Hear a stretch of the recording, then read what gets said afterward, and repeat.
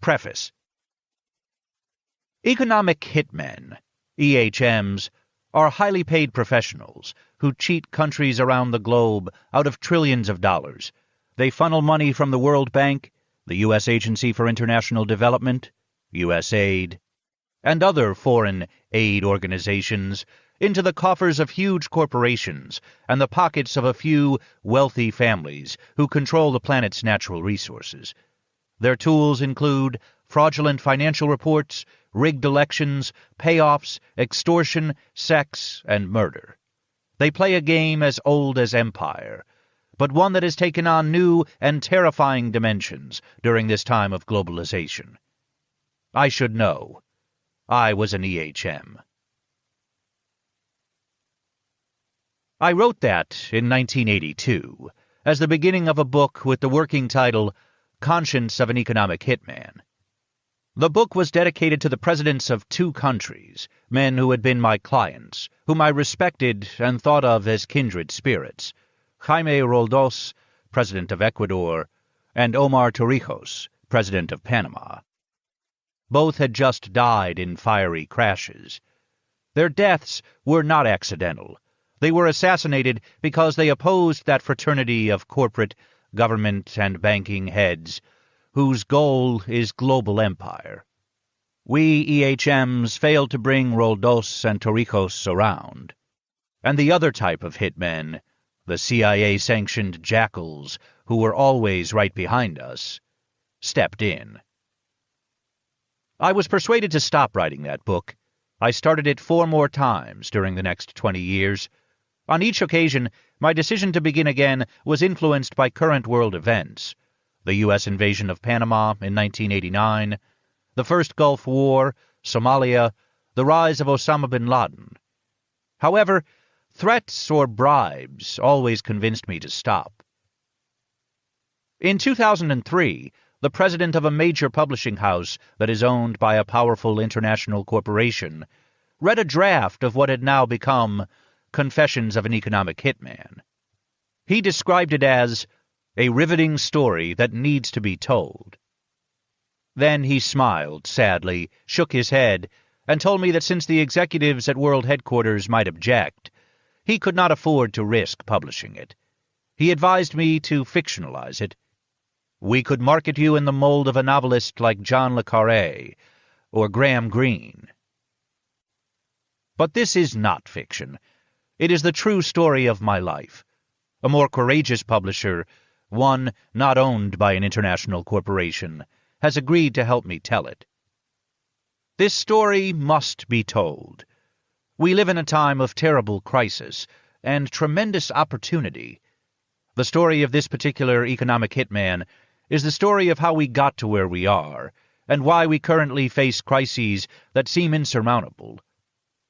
This story must be told because only by understanding our past mistakes will we be able to take advantage of future opportunities. Because 9/11 happened, and so did the Second War in Iraq. Because, in addition to the 3,000 people who died on September 11, 2001 at the hands of terrorists, another 24,000 died from hunger and related causes. In fact, 24,000 people die every single day because they are unable to obtain life-sustaining food. Most importantly, this story must be told because today, for the first time in history, one nation has the ability, the money, and the power to change all this. It is the nation where I was born, and the one I served as an EHM, the United States of America. What finally convinced me to ignore the threats and bribes?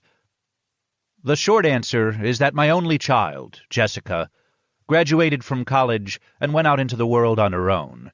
When I recently told her that I was considering publishing this book and shared my fears with her, she said, "Don't worry, Dad. If they get you, I'll take over where you left off.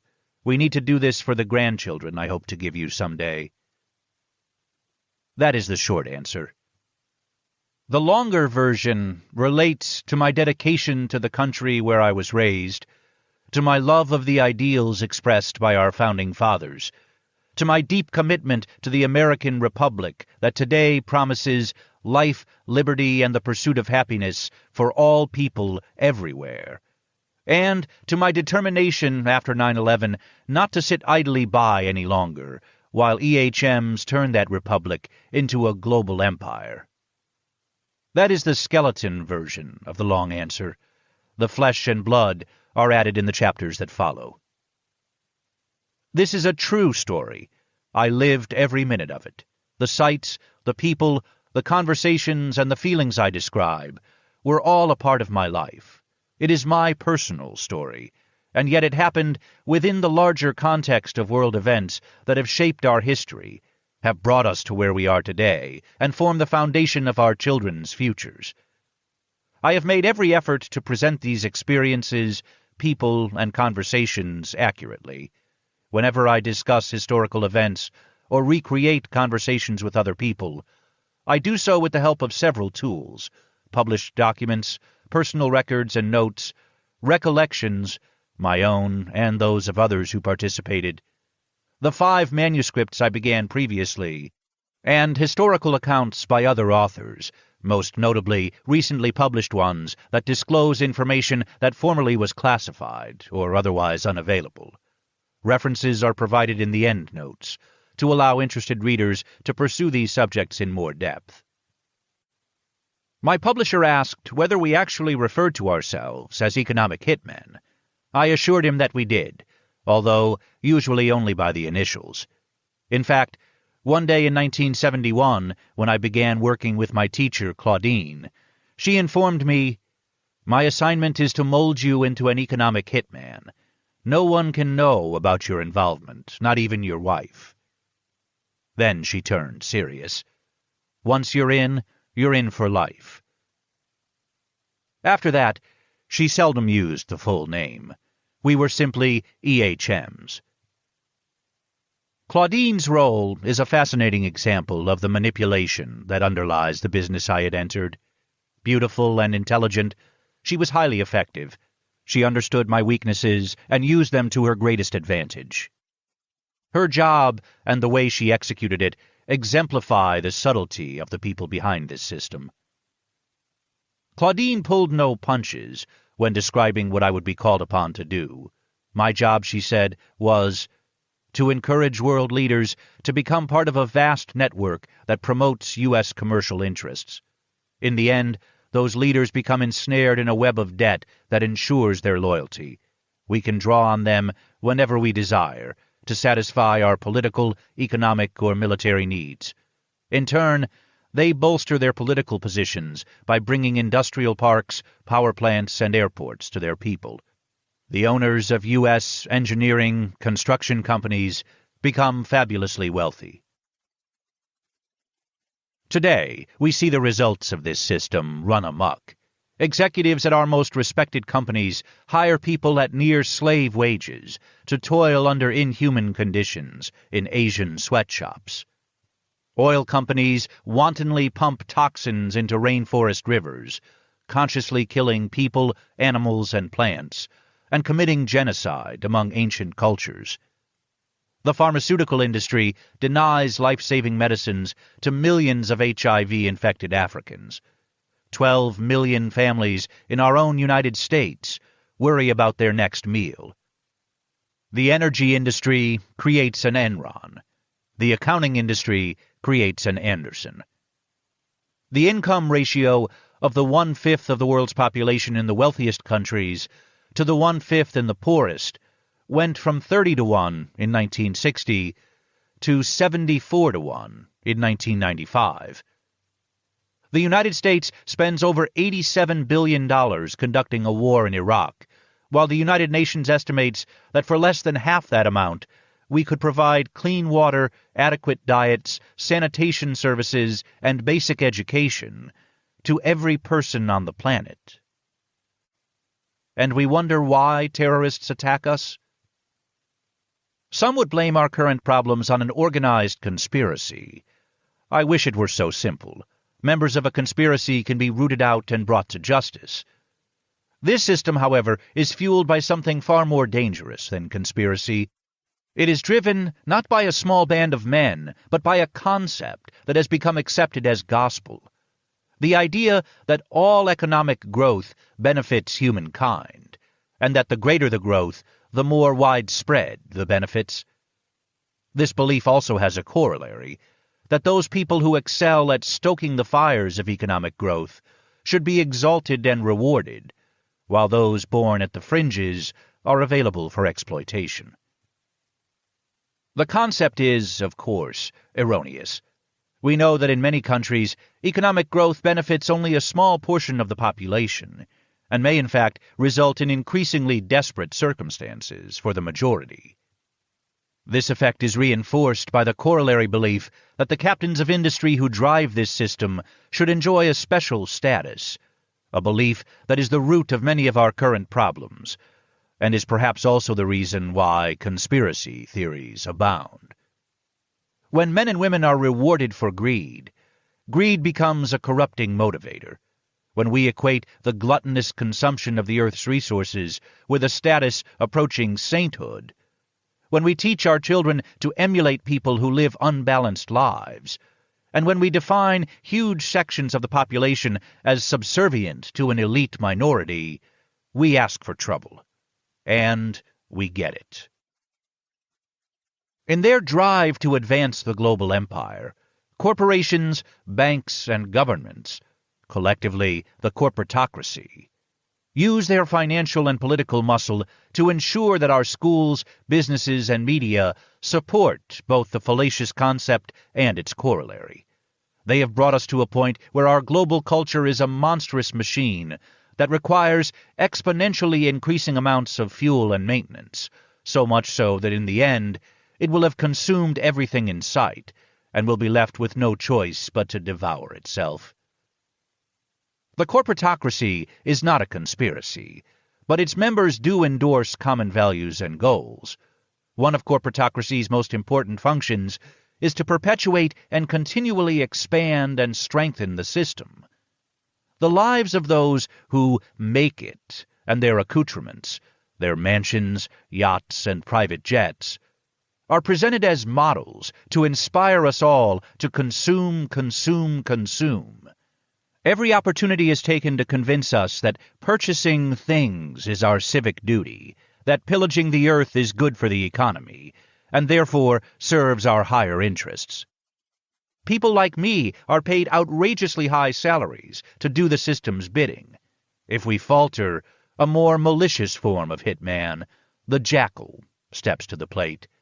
And if the jackal fails, then the job falls to the military. This book is the confession of a man who, back when I was an EHM, was part of a relatively small group.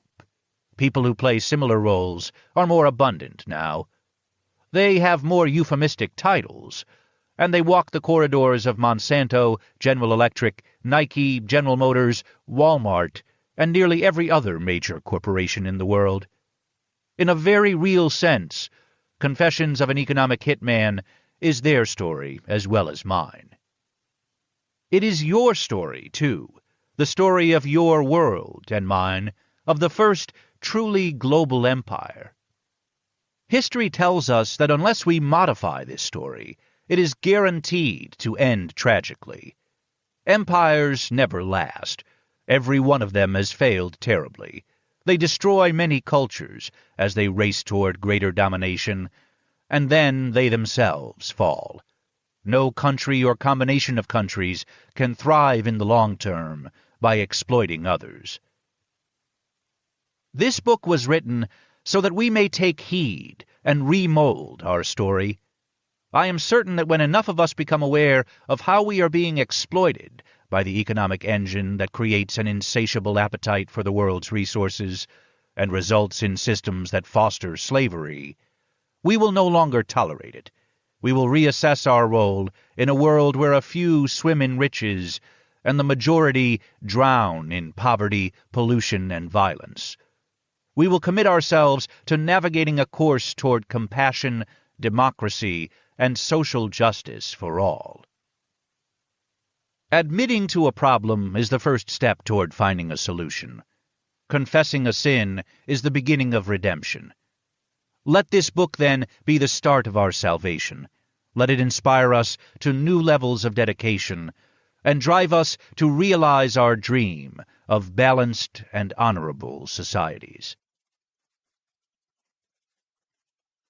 Without the many people whose lives I shared, and who are described in the following pages, this book would not have been written. I am grateful for the experiences and the lessons. Beyond them, I thank the people who encouraged me to go out on a limb and tell my story. Stefan Ruckschaffen, Bill and Lynn Twist, Ann Kemp, Art Raffi, so many of the people who participated in Dream Change trips and workshops, especially my co-facilitators, Eve Bruce, Lynn Roberts-Herrick, and Mary Tyndall, and my incredible wife and partner of 25 years, Winifred, and our daughter Jessica. I am grateful to the many men and women who provided personal insights and information about the multinational banks, international corporations, and political innuendos of various countries, with special thanks to Michael Benelli, Sabrina Bologni, Juan Gabriel Carrasco, Jamie Grant, Paul Shaw, and several others who wish to remain anonymous, but who know who you are. Once the manuscript was written, Barrett Kohler founder Stephen Piersanti not only had the courage to take me in, but also devoted endless hours as a brilliant editor, helping me to frame and reframe the book. My deepest thanks go to Stephen, to Richard Pearl, who introduced me to him, and also to Nova Brown, Randy Fiat, Alan Jones, Chris Lee, Jennifer Liss, Laurie Pelashud, and Jenny Williams, who read and critiqued the manuscript. To David Corton, who not only read and critiqued it, but also made me jump through hoops to satisfy his high and excellent standards. To Paul Fedorko, my agent, to Valerie Brewster for crafting the book design, and to Todd Manza, my copy editor, a wordsmith and philosopher extraordinaire. A special word of gratitude to Jivan Sivasubramanian, Barrett Kohler's managing editor, and to Ken Lupoff, Rick Wilson, Maria Jesus Aguilo, Pat Anderson, Marina Cook, Michael Crowley, Robin Donovan, Kristen France, Tiffany Lee, Katrine Longron, Diane Plattner, all the BK staff who recognize the need to raise consciousness and who work tirelessly to make this world a better place. I must thank all those men and women who worked with me at Maine and were unaware of the roles they played in helping EHM shape the global empire. I especially thank the ones who worked for me and with whom I traveled to distant lands and shared so many precious moments. Also, Ehud Sperling and his staff at Inner Traditions International, publisher of my earlier books on indigenous cultures and shamanism, and good friends who set me on this path as an author.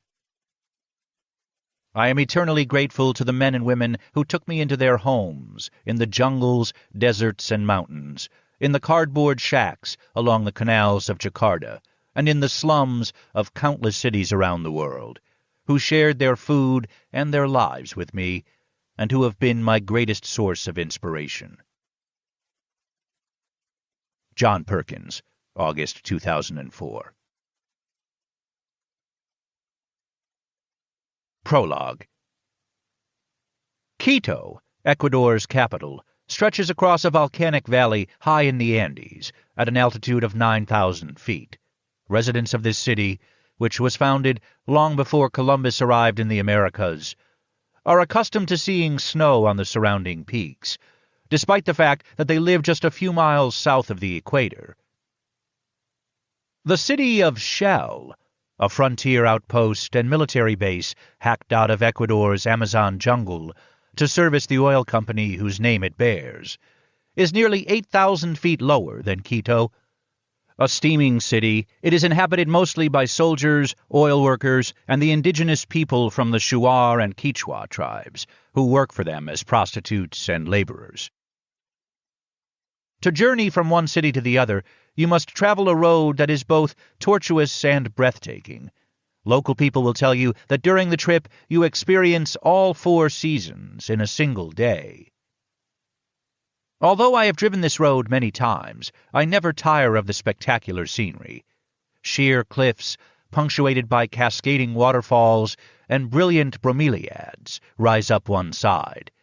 On the other side, the earth drops abruptly into a deep abyss, where the Pastaza River, a headwater of the Amazon, snakes its way down the Andes. The Pastaza carries water from the glaciers of Cotopaxi, one of the world's highest active volcanoes, and a deity in the time of the Incas, to the Atlantic Ocean over 3,000 miles away. In 2003, I departed Quito in a Subaru Outback and headed for Shell on a mission that was like no other I had ever accepted. I was hoping to end a war I had helped create. As is the case with so many things we EHMs must take responsibility for, it is a war that is virtually unknown anywhere outside the country where it is fought. I was on my way to meet with the Shuars, the Quichuas, and their neighbors, the Achuars, the Zaparos, and the Shuiars. Tribes determined to prevent our oil companies from destroying their homes, families, and lands, even if it meant they must die in the process. For them, this is a war about the survival of their children and cultures, while for us it is about power, money, and natural resources. It is one part of the struggle for world domination and the dream of a few greedy men. Global empire. That is what we EHMs do best. We build a global empire. We are an elite group of men and women who utilize international financial organizations to foment conditions that make other nations subservient to the corporatocracy running our biggest corporations, our government, and our banks. Like our counterparts in the mafia, EHMs provide favors. These take the form of loans to develop infrastructure, electric generating plants, highways, ports, airports, or industrial parks. A condition of such loans is that engineering and construction companies from our own country must build all these projects. In essence, most of the money never leaves the United States. It is simply transferred from banking offices in Washington to engineering offices in New York, Houston, or San Francisco. Despite the fact that the money is returned almost immediately to corporations that are members of the corporatocracy, the creditor, the recipient country is required to pay it all back, principal plus interest. If an EHM is completely successful, the loans are so large that the debtor is forced to default on its payments after a few years. When this happens, then, like the mafia, we demand our pound of flesh. This often includes one or more of the following: control over United Nations votes, the installation of military bases, or access to precious resources, such as oil or the Panama Canal. Of course, the debtor still owes us the money, and another country is added to our global empire. Driving from Quito toward Shell on this sunny day in 2003, I thought back 35 years to the first time I arrived in this part of the world. I had read that although Ecuador is only about the size of Nevada, it has more than 30 active volcanoes, over 15% of the world's bird species, and thousands of as yet unclassified plants, and that it is a land of diverse cultures, where nearly as many people speak ancient indigenous languages as speak Spanish. I found it fascinating and certainly exotic, yet the words that kept coming to mind back then were pure, untouched, and innocent. Much has changed in 35 years. At the time of my first visit, in 1968, Texaco had only just discovered petroleum in Ecuador's Amazon region. Today, oil accounts for nearly half the country's exports. A trans-Andean pipeline, built shortly after my first visit, has since leaked over 500,000 barrels of oil into the fragile rainforest, more than twice the amount spilled by the Exxon Valdez. Today, a new $1.3 billion 300-mile pipeline, constructed by an EHM-organized consortium, promises to make Ecuador one of the world's top 10 suppliers of oil to the United States. Vast areas of rainforest have fallen. Macaws and jaguars have all but vanished. 3 Ecuadorian indigenous cultures have been driven to the verge of collapse, and pristine rivers have been transformed into flaming cesspools. During this same period, the indigenous cultures began fighting back. For instance, on May 7, 2003, a group of American lawyers representing more than 30,000 indigenous Ecuadorian people filed a $1 billion lawsuit against Chevron Texaco Corporation. The suit asserts that between 1971 and 1992, the oil giant dumped into open holes and rivers over 4 million gallons per day of toxic wastewater, contaminated with oil, heavy metals, and carcinogens, and that the company left behind nearly 350 uncovered waste pits that continue to kill both people and animals. Outside the window of my outback, great clouds of mist rolled in from the forests and up the Pastasas canyons.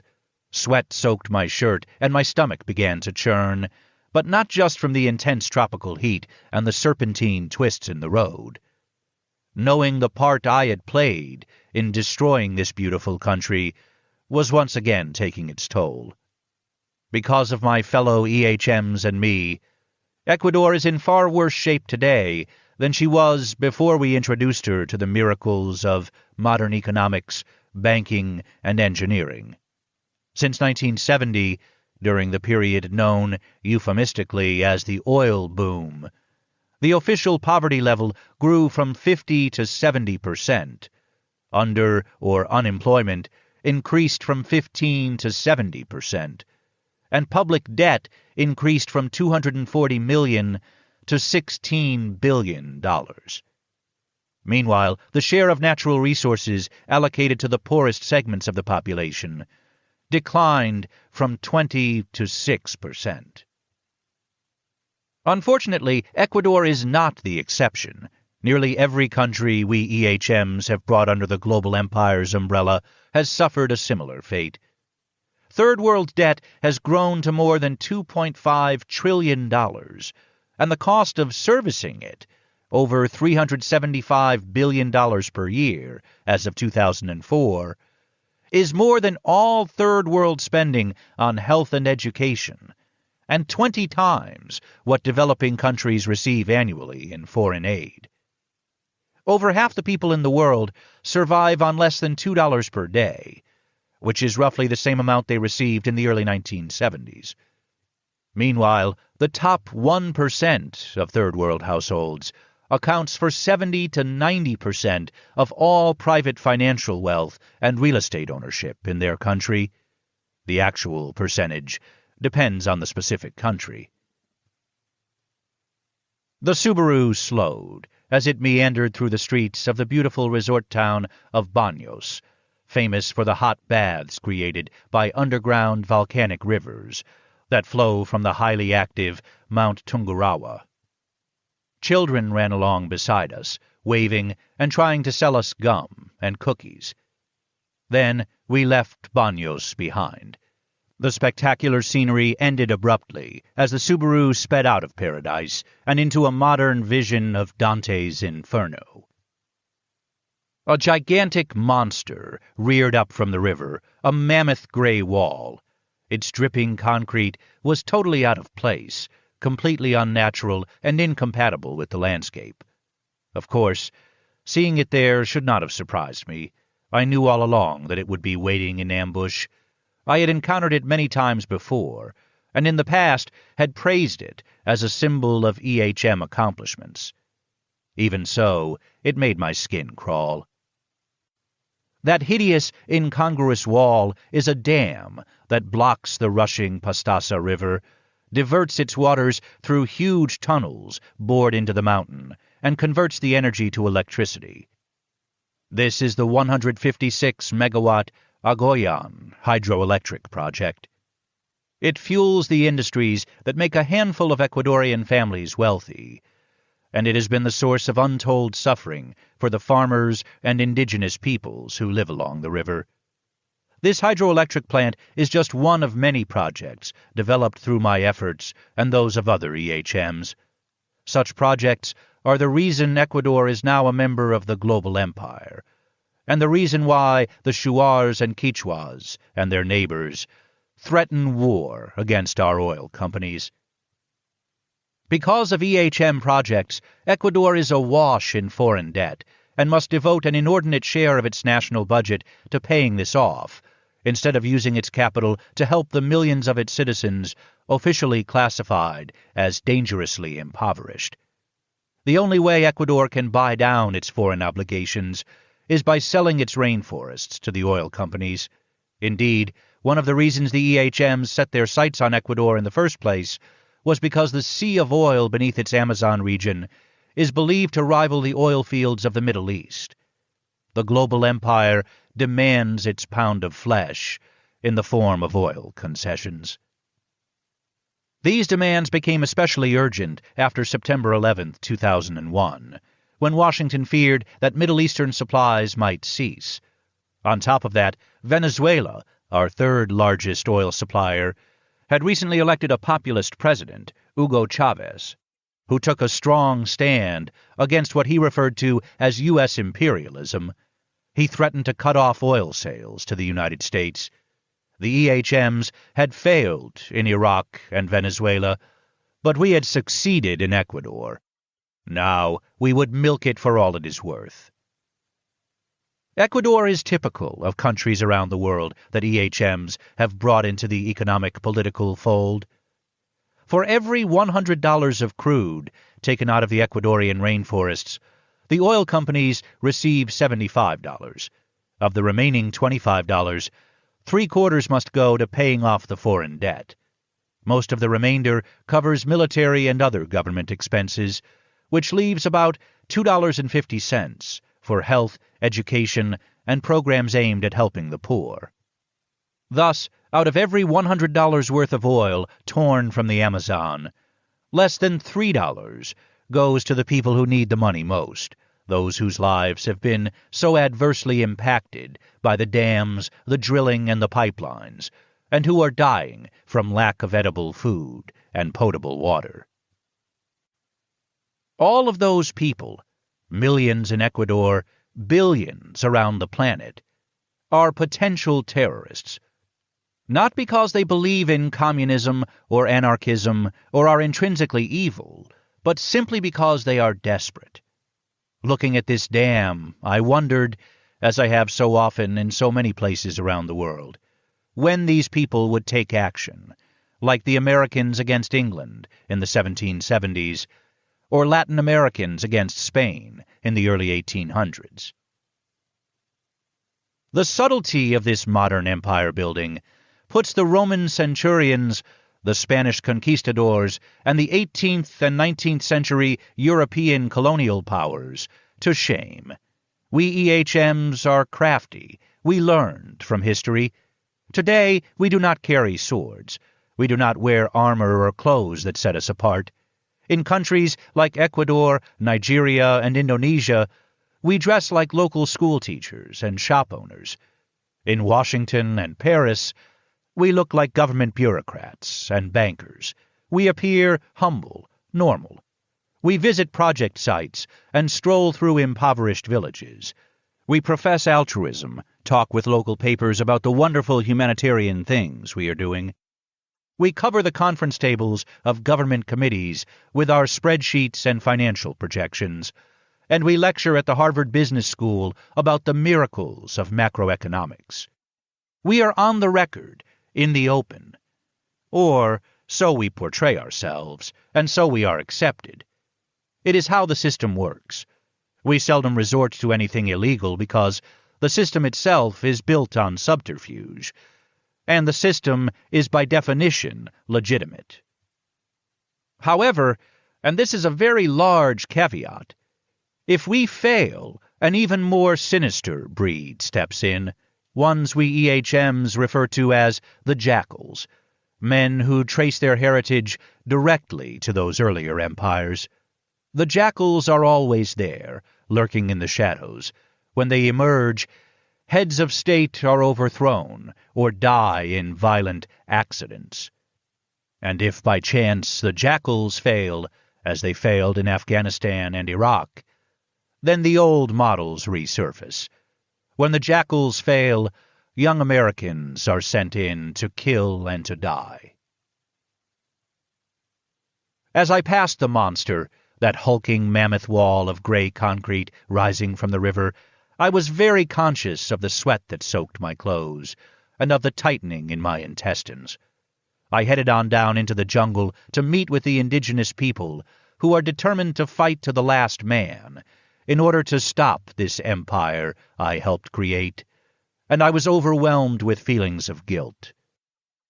How, I asked myself, did a nice kid from rural New Hampshire ever get into such a dirty business?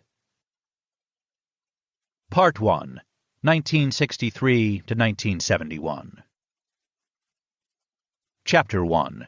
An Economic Hitman is Born. It began innocently enough. I was an only child, born into the middle class in 1945. Both my parents came from 3 centuries of New England Yankee stock.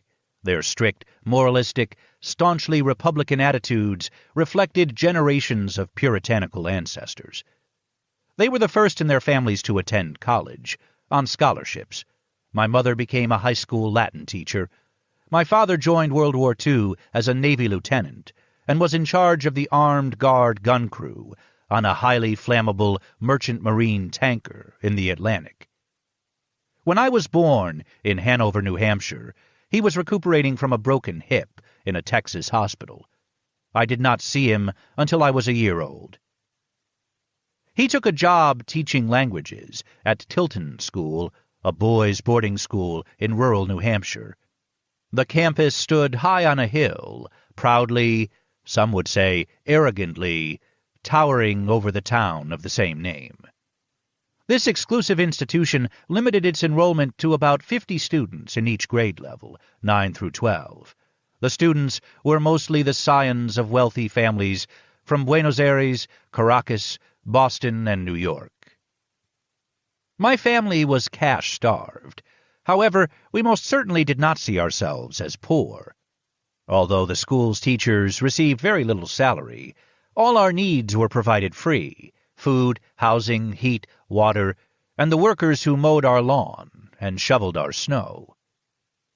Beginning on my 4th birthday, I ate in the prep school dining room, shagged balls for the soccer teams my dad coached, and handed out towels in the locker room. It is an understatement to say that the teachers and their wives felt superior to the locals. I used to hear my parents joking about being the lords of the manor, ruling over the lowly peasants, the townies. I knew it was more than a joke. My elementary and middle school friends belonged to that peasant class. They were very poor. Their parents were dirt farmers, lumberjacks, and mill workers. They resented the preppies on the hill, and in turn, my father and mother discouraged me from socializing with the towny girls, who they called tarts and sluts. I had shared school books and crayons with these girls since 1st grade, and over the years I fell in love with 3 of them: Anne, Priscilla, and Judy. I had a hard time understanding my parents' perspective. However, I deferred to their wishes. Every year we spent the 3 months of my dad's summer vacation at a lake cottage built by my grandfather in 1921. It was surrounded by forests, and at night we could hear owls and mountain lions. We had no neighbors. I was the only child within walking distance. In the early years, I passed the days by pretending that the trees were knights of the Round Table, and damsels in distress, named Anne, Priscilla, or Judy, depending on the year. My passion was, I had no doubt, as strong as that of Lancelot for Guinevere, and even more secretive. At 14, I received free tuition to Tilton School. With my parents' prodding, I rejected everything to do with the town, and never saw my old friends again. When my new classmates went home to their mansions and penthouses for vacation, I remained alone on the hill. Their girlfriends were debutantes. I had no girlfriends.